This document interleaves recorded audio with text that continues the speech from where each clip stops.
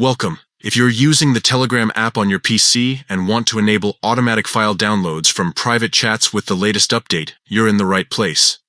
This quick and easy process helps you stay updated by having your files download automatically without manual intervention.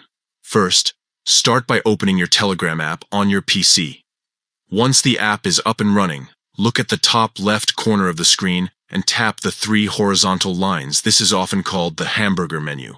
Tapping here will open the main navigation menu where you can customize your settings.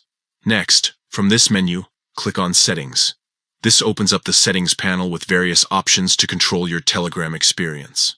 Scroll down and click on the Advanced section, where you have more detailed control over the app's functions. In the Advanced settings, look for the section labeled In Private Chats.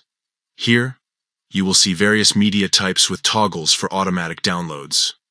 Find the option for files and make sure to check it.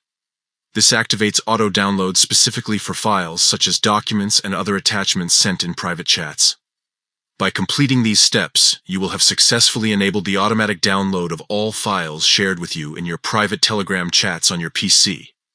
This means you no longer have to wait or manually download each file. The app will do it for you, making your file management much smoother.